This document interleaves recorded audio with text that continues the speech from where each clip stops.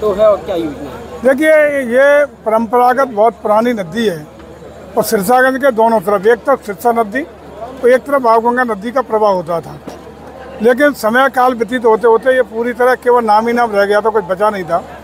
हम बधाई देना चाहेंगे, धन्यवाद देना चाहेंगे अपने जिलाधिकारी जी को, रमेश रंजन जी को, जिन्होंने इसका पुनरुद्धार करने का बीड़ा उठाया और मनरेगा के अंतर्गत इसका जीर्णोद्धार पुनरुद्धार करके इससे न सिर्फ यहाँ के वाटर लेवल को दुरुस्त करने का काम हो सकेगा, बल्कि पशुओं के लिए, जानवरों के लिए और अन्य सिंचाई सुविधाओं के लिए ही ये सीधा प्रत्यक्ष रूप से लाभकारी होगी, बल्कि यहाँ का जल स्तर को व्यवस्थित और सुनिश्चित करने के लिए, स्थिर करने के लिए बहुत ही भविष्य में ये प्रेरणादायी कार्य होगा, ऐसा मुझे विश्वास है।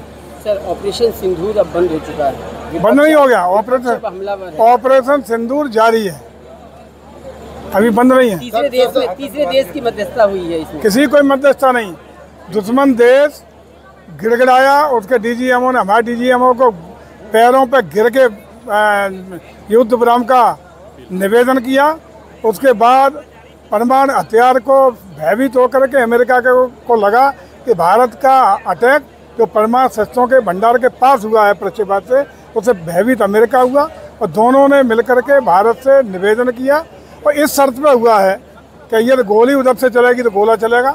जो भी कंडीशन प्रतिबंधित थी वो कंडीशन पूर्व जारी रहेंगी और अगर पाकिस्तान से आगे बात होगी तो कोई तीसरा देश मध्यस्थ नहीं होगा, आमने सामने बात होगी तो केवल पीओके को वापस करने पर बात होगी और कोई बात नहीं होगी। सिरसा नदी और आबगंगा में शासन और प्रशासन के पास पानी आने के लिए क्या एक्शन प्लान है? ये दोनों कनेक्ट है, नहर से कनेक्ट हैं, जो हमारी लोअर गंगा नहर है उससे दोनों कनेक्ट हैं। सामर बाबा तक कनेक्ट आबगंगा हो चुकी है, उससे आगे पुनरुद्धारित होकर उससे कनेक्ट हो ही है ऑलरेडी और वो भी कनेक्टेड है, बड़ी नदी है वो सिरसा।